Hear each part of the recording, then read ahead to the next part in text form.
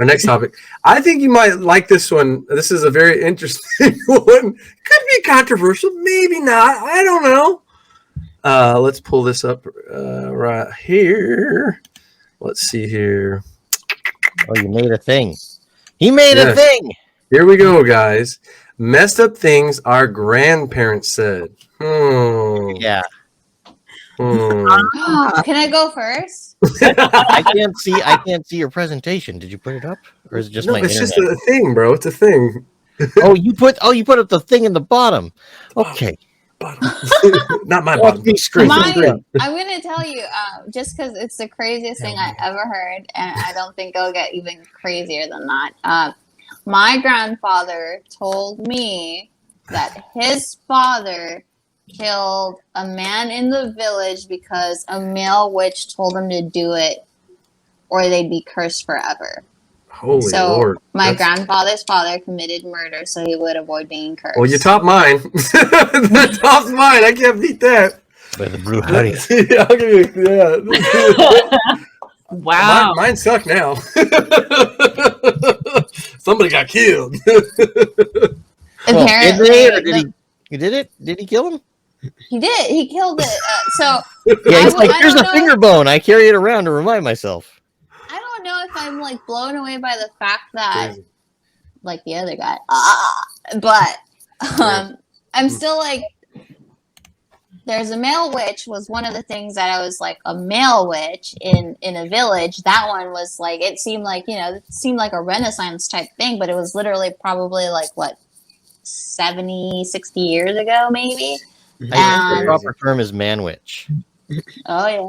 Oh my! Not a warlock. It's a man witch. Yeah, my friend Sloppy Joe tells me these things. Talk about food.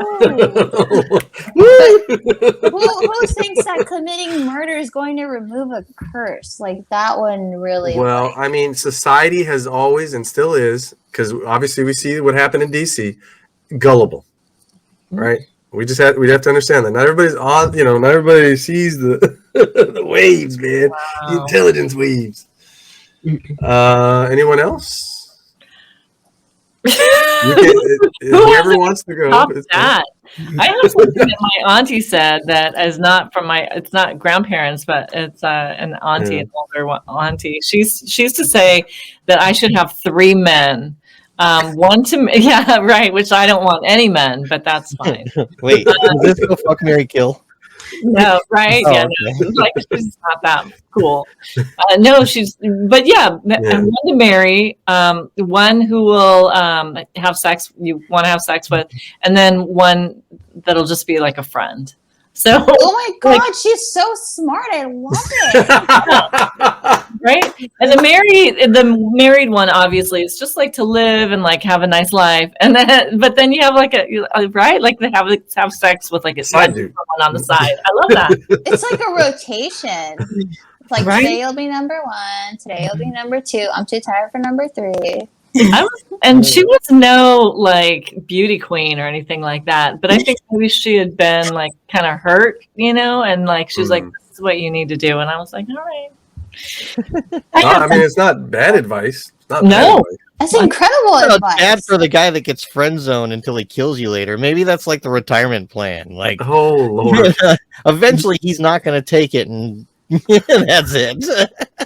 Like, I don't know what guy you're going to find that just friend zones for a while. Maybe witness protection program, something like that. Oh, I don't know. I think friend zones is more of like you're being naive. Like either the person has communicated to you that they do not see you romantically, and you're just still holding on to hope, which you shouldn't be doing because they're telling you no. Or until we're 25, we're always holding on to hope. Or somebody's leading you on and you're just too dumb to see it. Like that's where I've told my friends, and not to get too sidetracked, but I've told my friends, especially one particularly, get involved in activities, whether it's joining a chess club, math club, I don't care, learn to golf, take a stand-up comedy classes, take a film classes, whatever you can do, right? Broaden your horizons, talk to a lot of different people. And then it'll be easier when you find or meet somebody that you like, right? Make sure it's something you like. Well, I'm just saying, because if you're not working on your communication skills, how are you going to talk to a lady if you're even trying to do something with yourself? I don't know. That's just my opinion. He said if you're not trying to do something with yourself. Well, I mean, that's the thing. I'm saying, but just that sounds like grandparent vernacular. Just let me just say this. That's if you're not trying to do something with yourself, that's how grandparents. Yeah, that's how they say. Well, I had a very funny grandmother. Nick had one that I can beat. His one in the his first one there, the one, the ang. Oh, that one. So he says, I always hated how my grandparents or say that generation always referred to African American culture as colored people. It drove me nuts every time I heard them say that. We grew up in West Covina, damn it. So Nick knows that I've known a grandparent that lived in Brookfield, Chicago. It used to be called Hollywood. And we're like, okay, Grandma, when are we going to go to Chicago? She goes, well, you can only go certain types of day. Otherwise, the chocolate drops will be out. And I'm like, what did you just say? Don't worry, she's dead now and she doesn't watch the show. But like, I'm just glad I wasn't born back then. As a little kid from California, I had never heard that. And she just said it. Now, mind you, this lady was so old, okay, that when my brother said kung fu once, she washed his mouth out with soap. She's from that time. Because he said kung fu. Common words. Wow. You know what? Here's the thing. As a chocolate drop, let me just say this. That's insane. Wow. Like chocolate drops. I was gonna say the idea of what she's saying is wrong, but I have to give her some props because in her day they were using other words and chocolate drop was not one of them. Obviously what she's inferring is problematic, but I'm not mad because I consider myself a chocolate drop just right now. You're right.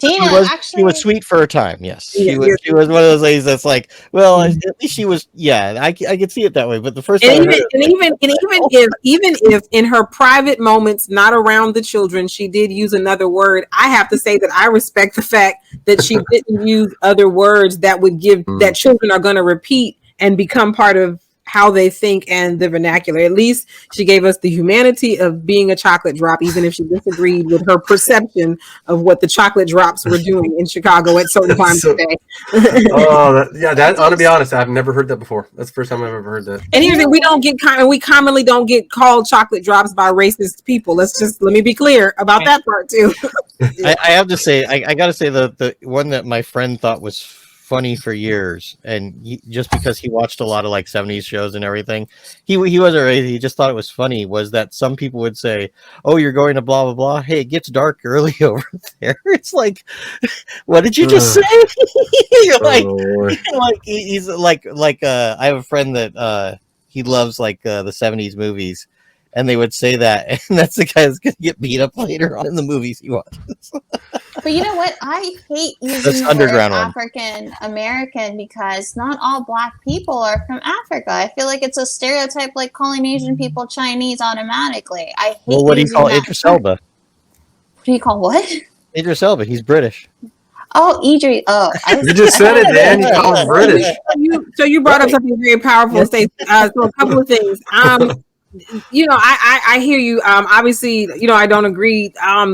African American doesn't, for at least for my money, doesn't equate to stereotype. It was a normalized term because of the other terms, the colored, the Negro, the blacks, like all of these things. It was a normalized term because the fact is anybody of that is Black is of African descent. Now, whether you were dropped off in some of the other places in the water, Puerto Rico, Brazil, whatever, if you want to become that, strict about it, so many are of African descent. I am of African descent. Now, I've never been to the continent, but I wouldn't sit here and say, well, I don't, whatever. And if you saw School Days, obviously we remember what Giancarlo Esposito, such a great monologue. Like, I'm not from Africa. I'm not from the jungles. Motown is my, but all we're trying to, when Jesse Jackson helped to normalize a term in the 80s, understand again what I thought were modern times, it was just the idea that we are not Black people, we are not Negroes, we are not these things that other people have decided. The idea behind the term African American was that we have the right to decide how we should be labeled and how we should be called. It is, you know, and every group of people, whether brought to the country by force or by, you know, or by choice, has a right to say, I am this thing and I get a say in what I am called. The problem with all those other terms was that was somebody else's decision about who they thought we were, attempting to reflect it back to us. And so, but you know, and then, like I said, and under it all, everyone, even Jamaicans, again, represent a group of people that were dropped off at one point from the continent. Like, I mean, you know, and everybody can look that up. There's a Fader magazine did an incredible animation years ago that was online, and it actually had done enough research to do animations for ships of Africans coming off the continent. And if you click the ship, the flag for the country that colonized it came up, how many slaves were on that ship came up, how many people had died, and how many people had made it. And of the 12 million, America only got 3. Brazil got the lion's share of Africans coming out of the continent. Like, if you like, so when you get down to it, so not to get, you know, I love TED Talk territory. Hopefully someone will give me one day, but I share all that to say that term is a wonderful, fair, and self-representative term compared to the other ones were up to that point. Yeah. I like that. Yeah, that was my always thing, because I would have personally felt like, and again, the only reason I'm saying is I get called Mexican all the time, and it bugs the shit out of me because I'm like, I'm not Mexican. Right. Salvadorian, that's how right? I would see it. Well, yeah, I'm a mix, but the assumption is because of the color of my skin, I am automatically Mexican. That is so. But luckily, we have the term Hispanic or Latin. We have that. Or Latinx. Yeah, people say Latinx too. And because of the assumption of the color of my skin, they think I can afford that loan. I mean, that's why to me, I would have felt like African American was a stereotype, especially like if you were to tell a black person from Cuba, you know, it'd be like, I'm not from there. Like, but the person from Cuba has the blessing of having a land to claim. Understand, yet again, for those who are descendants of those brought from the continent, we don't have a land to claim. And of course, being in this country, it was made very clear that we couldn't claim this one. We could work it, we could pick its cotton, we could pick its tobacco, but we couldn't claim it. Yeah. So even we weren't here first. I agree with you. You could have been the second wave. You know, you have to. I think the thing, to your point, though, Stacey, I'll say this. I think the thing that people then look at it and say it's a problem is because they think strictly in terms of geography. Because I respect the fact that you have geography, and so your issue is that calling you Mexican is inaccurate. That's first, just inaccurate, and then you of all your descendants, there is land to claim, there is language to claim. As a person of African descent, having been born in this country, not ever visiting Africa, the only language I have is English. Those 2 years of French and those 2 years of Latin in high school, you know what I'm saying? Like, it's just, that's all what it is. But my point on the serious tip, though, is there's so much that goes with that. And I get that on its face, you're trying to assume, like so many who argue the same point, that, well, y'all didn't come from the continent. But it's so much, it's a what's that word? It is a intangible concept, not so much one that is a landlocked idea. You know what I'm saying? You have the blessing of knowing that if you leave this American soil, you can go somewhere where you're actually from, where your people are actually from. If I leave this American soil, I got to do a 23andMe test first to even have some idea of where I come from, damn it. Yeah, where I come from. So, you know, I kind of have to also, because I don't know where I'm from nor care, I guess. But that's my own apathy. But Nick did say something interesting. He said, even saying African American or Mexican as a white boy bothers me. Why can't we just say brother from another mother?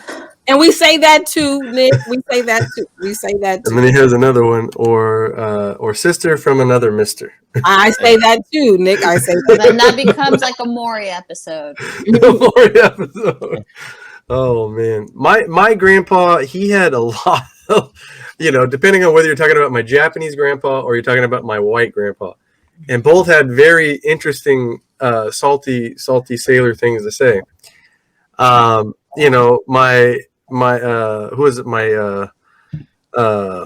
sailor, I love it. The white grandpa would say, "Don't marry outside your race," right? And it's like, what? Wait, if they didn't do that, I wouldn't be here, Grandpa. Exactly, right? So right there was kind of like an insult, right? Technically. And so, he would say that, and I just think to myself, what? Or maybe he was super picky. He's like, no, you have to find another half Asian, half white person.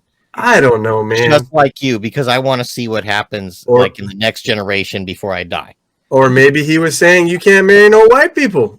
I know. That was such a great point, Stefan. I love the way you frame that, because that's I was told by my dad, don't bring no. My dad said to this house, and it was essentially the same thing.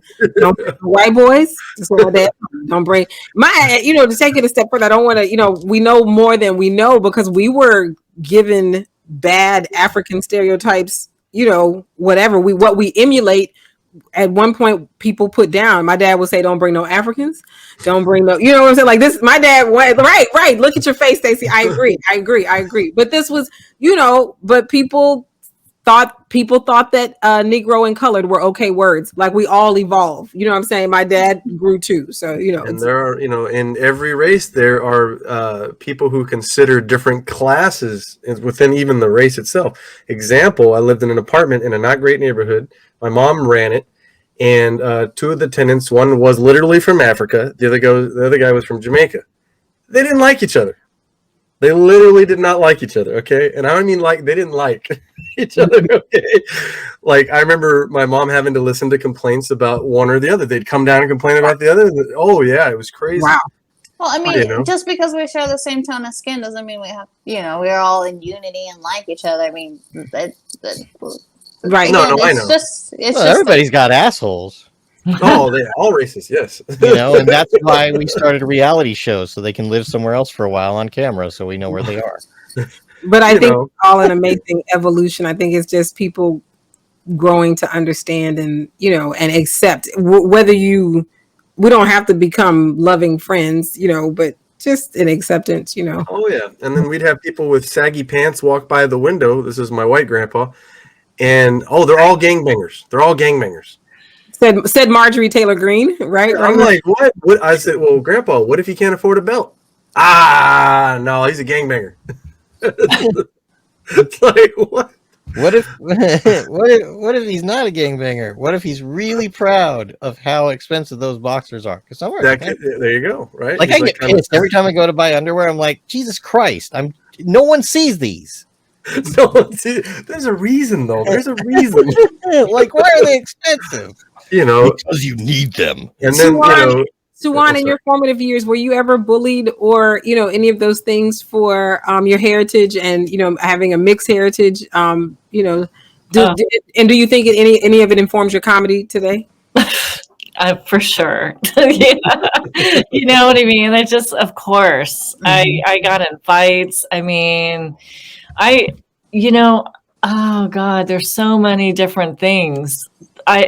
So many, like I got in fights for being called chink. That was a thing at one point. Of course. I'm your age. Did you whoop them up? Did you whoop their ass? Yeah, actually, I got him pretty good. I did. I clipped this chick in the jaw once. I ran after her because I was like, no. And just so much confusion, even like in my own house. So just in my own house, it was just like, so I don't know if you guys all know my dad's black, but he's very light skinned. So he passed for being white, and so that's a weird place. That's a weird thing to negotiate and understand. Like as a kid, when you're growing up, you don't know why your dad did that. That doesn't even make sense. Like, why aren't you proud of yourself? But so my joke is he only got pulled over Caucasianally. Very good joke. But somebody had to explain why your hair wasn't straight. Somebody had to explain. That's right, exactly. Somehow I had to figure it out. And then my brother had darker skin than me, and his hair was a little bit more curlier. And and that's how all my family was. Like my dad was lighter, my aunt was a little bit darker, my uncle was a little bit darker. Everybody's all mixed. And so, it was like, it seemed very strange, like what are we all talking about? Why is there so much discord?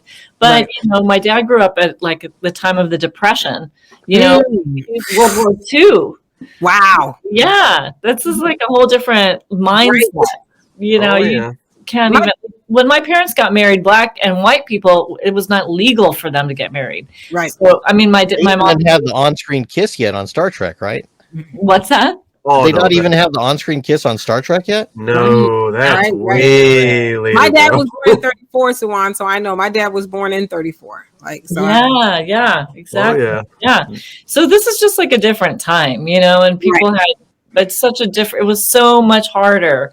Right. And my mom came out of the war in Korea. So also, that's just a whole different, when you come from where you really have to survive, then I have to give them a lot of, space. yeah, because and then even like my name, when you were growing up, who you have a weird name, you're like, what is this name? Like, even that's like I got bullied for that, just for that, like even like even into my 20s and 30s, like people being hostile, like what? Why can't we just call you Sue? Why don't you fuck off? What? That's not my motherfucking name. Yeah, exactly. I've actually never been bullied for my race. I was bullied for my personality. Oh, interesting. That makes That's what. Yeah. Suwan, Because I was like this as a kid. They're like, "What the fuck is wrong with you?" What were you saying, Stacey? I was just gonna ask Suwan. You have such diverse, like your dad's Black, your mom's Korean. Did you feel that you had kind of like an identity crisis growing up?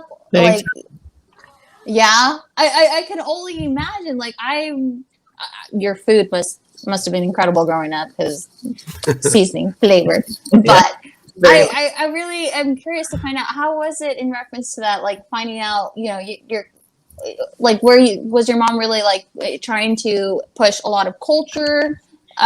Was your dad trying to also put a lot of culture? Like, how was that growing up? I think, to be honest, they wanted me to be white as possible. So that was what they wanted. I think my mom didn't push culture. She was culture, like that's, you can't help it, right? Because like she's so embedded with her food and language. I don't speak Korean.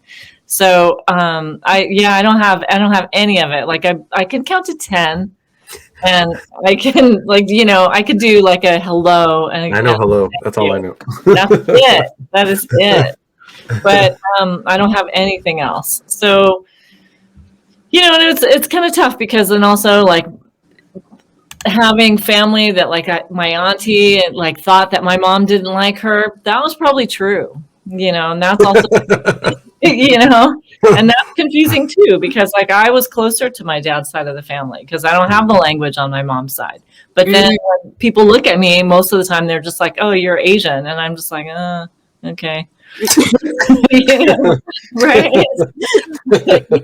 Well, you know what? That's the reason I asked is I'm just straight out Hispanic, but when it comes to the back in reference to culture, when I hang out with my family, who I feel like I'm not Hispanic enough, and then when I hang out with my friends, I have a group of friends, and sometimes I feel like I'm too Hispanic when I hang out with certain group of friends. So, but I can only imagine in reference to that, like when you're with your mom's side of the family, you feel like you're not enough, you're not Asian enough, or when you hang out with your dad's side of the family, you feel like you're not. So to me, and I really hope I don't offend you. I'm just really like, how does that work? Like, how do you have like a whole identity thing? But I'm so glad you answered that. Yeah, it was confusing for sure. And I think that when I was coming up in LA, there were also a lot less. There's a lot of Korean people around now. There's a ton, right? Obviously, we got an H Mart right across the street from me. The community is like huge. But even when I was growing up, it was not that big. I mean, in the 70s, right? And like I was here. So Yeah, it was like it was just different. Like to be different felt kind of painful, and then especially when you're just growing up around mostly white kids, right? And it's just I was like, oh, okay. Like you just have to try to figure it out, but then you know that you stick out like a sore thumb, and it's fine until someone really makes a big fuss about it, right? And then or it was also confusing. There was a Black family that moved in down the street when I was really young in elementary school, and both of my parents didn't let us play with them. And there was a girl that was my age, and I was like, "You guys are racist." So I'm like calling my parents racist, both of them, because like, okay, you guys are racist. What's wrong with you? But my dad was afraid I would be associated. Like, so this is like such shame and internal, like fear. Sounds like some Bridgerton stuff, except Oh man, it was all Bridgerton. No, it's real. It was fear. Wow. That they wouldn't let you, that they wouldn't. I mean, here's the thing. I know it was the time, but like both your parents, that's tough. Let me. Okay, so this is. I know, and I know we've we've kept you all night long. Like, how did you guys know that your dad was passing? Like, at what point were you helped to understand that he's a Black man passing for white? Like, did you guys believe he was white for a long time? Like, what happened? Oh, that's we thought he was white. We thought he was white. This is no joke. We found out that he was Black, that we were Black, when I was like, I don't know, like early teens, like 13 or something like that. Yeah, and that was also so wild because I got my brother went to go play baseball, and you got to get your birth certificate from downtown, and that's the one that lists your parents' race. So my dad, it said Negro on my it says it on my birth certificate for my dad, and we're like, wow, Negro, huh? Like this is like the first, like we brought this to my dad, like this is something that we need to talk about. But then everything became clear because like I just didn't even see my parent, like I didn't see my dad's race. I didn't see my auntie's race until once I knew, then I was like, oh, of course she's a Black woman. There was no doubt, but I didn't see it because I didn't know. And that's something my grandpa brought to my attention a long time ago too. There was a point. I know a lot of us complain now about job applications. Oh, it doesn't list my race. I mean, but imagine living in those times. You had two options. You were either Black or you were white. That was it. And the white people didn't see anything else. It didn't matter.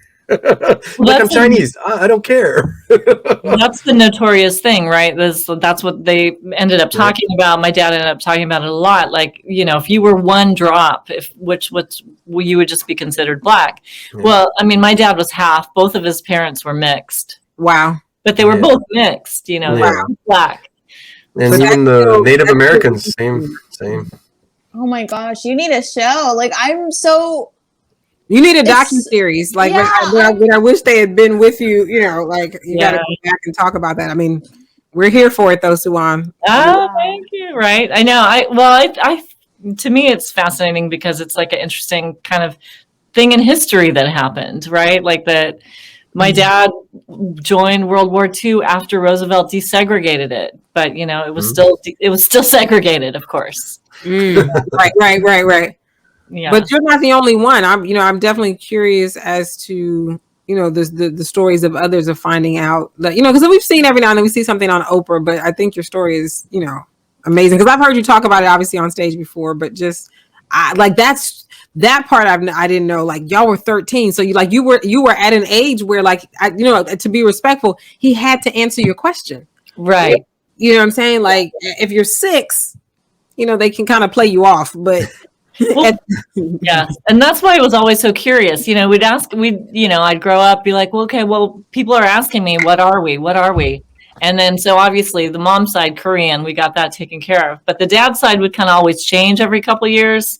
Like it would be like, oh, we're French and Native American. Like that would come along a few years later. Like, okay, well, let me ask again. What else are we going to get out of this? He added Irish at one point. And but then when we got the birth certificate, I was like, oh, look at this, it all plays out. But, Yeah. I mean, I it's did have so- one grandparent, Stefan, that told me on those tests where they ask you what your race is, those standardized tests. Mm. He told me that I should put Asian because they give you extra points. Oh, Is my that right? Lord. I think they That's take true. points away. I think they Yeah, I take agree. points away. They might take points away. What were we gonna say, Stacy? Sorry. No, I was just going to mention. I mean, the things her father did to, it's survival. Oh, you yeah. know? Well, that It was was how survival. my Japanese grandpa. It's the same thing. When we grew up, he was in an internment camp. He I forget. I don't remember which war he was in. And yeah. And so he went into the Air Force. He was in the internment camp. And so when we grew up hanging around him, certain things I didn't quite get because the way he would talk. Because he liked to, and not to throw this out there to be racist to any culture, but he would say Jap a lot, right? So we're hanging out, and then I hear Jap this, Jap that, and I'm just like, I look at my mom, I'm like, he's Japanese, right? Like, because I was a kid, I didn't know that. I'm like, why is he? What? I was confused, and then as I got older, I was like, wow, does he like hate Japanese people now? Like, he and I would still even ask myself at a point, he knows he's Japanese, right? Or was he particularly using that word in reference to enemy Japanese soldiers? No. I think he just meant Japanese people in general. Huh. Like, I honestly, at a certain point in my life, and I could be wrong about this, but at a certain point in my life, I swear he might have been like a white man from the 50s. Like, without even realizing he was Japanese. That's what it seemed like to me, with maybe for all the stuff that happened to him, possibly. It's that internalized racism. It is. I was going to say that everyone was trying to emulate what was, the most accepted culture. And, even like, again, my dad, when we moved to New Orleans, if you've ever visited New Orleans, there's the dialect, or the accent rather, not dialect, is very, very clear. And people always say to me, oh, you don't have a Southern accent. Well, my dad in 1981 said, don't start talking like them here. And in an effort, like, it wasn't my intention. And my dad, I love my dad. Like, we had this come to Jesus the other day, and my dad says, and I understand that he was trying to survive, and he was trying to develop in us whatever we would need to make it in the world as he understood it at that time. Yeah. But in an effort to then not pick up the New Orleans, accent, I ended up losing everything. And it's not, so I'm just saying, so these ideas of what to emulate so that you can, obviously there would be no way to pass skin wise, but we are all, our parents, our grandparents come from a time where if you were not white, you were trying to be acceptable and accepted. Right. And that's then what you pass down to your children until they're 13 and find your birth certificate and find that it's all been, lied to. It's all been a lie. Well, I did grow up during the Reagan years. Like, that's when I was a kid. And so I have to admit, I'm a little racist against white people that wear ties. I mean, specifically, if you wear a tie, I'm like, should I let them in? Or are they going to try to sell me something I don't need and take? Talking about corporate scum, Dan? Or Jehovah's Witnesses. Mormons. Well, I'm not talking about the Blues Brothers. I really mean. I'm not talking about the Blues Brothers. I think they were kind of okay. I mean, they were appropriating another music, but at least they were trying hard. But no, I'm talking specifically about those. Like, you ever been in a restaurant and see two guys with ties talking, and you're wondering who's trying to fuck the other one more? I don't know. Is this just me? See, I told you. I got a problem. Yeah.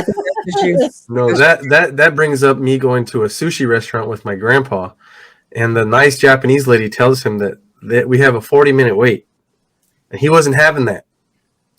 So he made sure to let everyone there know that they're goddamn Japs. Oh yeah, and we're sitting there and we're like, we gonna leave? Because somebody come kill us. He's all ranting. You bring your restaurants without enough seats. Oh no, he got real racist, and we were just kind of like, even my grandma, she's used to it, but she was even like, here now, like, really, bro? It's like, oh yeah. So that, even when I had to bring girlfriends over, I'd be like, okay, I gotta let you know something really quick, okay? Grandpa really likes saying Jap a lot, and you're gonna hear it, and you might get confused. Yes, he is Japanese. I don't know if he knows he is, but he is Japanese. Okay. Oh. Oh yeah, no, it was left and right with that. I'd just be, when we were kids, we what? Jeff, what I think you have there is a great idea for one of the best Snickers hungry commercials. Uh-oh. Like your grandfather just starts going off, you give him a Snickers, and suddenly he's nice. Oh. What are you talking about? That's an entire Chappelle skit right there. Yeah, So the- right. That's what I was thinking. So the Snickers stops the Grandpa, racism? Grandpa, you're racist when you're hungry. Eat something. I was in that. That's a sketch that the sketch the Snicker stops the racism. That's it right there. There you go. Yeah, that's There you true. go. Yeah. It's like hungry one way. It's like nah, nah, nah, nah. Here, Grandpa, you're getting racist again. Have a Snickers, okay, 'Cause you're Grandpa? hungry. Yeah, he doesn't I turn can't be into mad at anyone with this in my mouth. he doesn't turn into Joe Pesci. He just stops being racist. That's Stacey, did you ever see the ads? You know what commercial we're referencing, right? The ones Yeah, with like The I'm diva. not that. I mean, yeah. I just He's like, I'm not that young. Steve Buscemi one? No, is it Steve? Wow. Fuck. What's his last? How do you pronounce his last name? Steve Buscemi. There's Joe Pesci. Buscemi. Yeah. yeah. Steve Betty Buscemi White. one. Betty White has one. Oh, Yeah. yeah. Yeah. I think, there's there are a a few. few of them. Those are good. Those are cute commercials. Those are cute Yeah. commercials. But if a Snickers stopped a racist man, Put off everything, eat the Snickers. I'd just be flying Oh, everywhere, dropping Snickers. Sorry, I got Snicker hungry. Right? I mean, that's a good SNL sketch right there. Yeah. The real- bars. I'm gonna go pitch it to them. The only problem is they'll play it for 20 minutes long after everyone's already gotten the joke. So I know I'm not gonna be hired now. I mean, burned SNL. Damn it. Nah, they wouldn't be able to handle you, bro. Maybe. They'd be like, They Dan, need I don't a know. PR team for you. Be what for me? They're gonna A need a PR PR team. team for you. You're Ooh, the That potential lawsuit for nightmare. Dan Ochoa's skit. What's a How do you PR want to handle team? this? A A perk? press Yeah. team to kind Oh, of like save the Public show. relations Yeah. team. Or PR. public relations. Yeah. Oh, that's what I used to call my mom and my aunt when I flip off the principal. Like, my Ah, PR okay. team's coming to talk to you now. I'm gonna go hang out and play in recess. By the way, as I leave, I'm in trouble anyway. Oh, gee. Going back to home ec.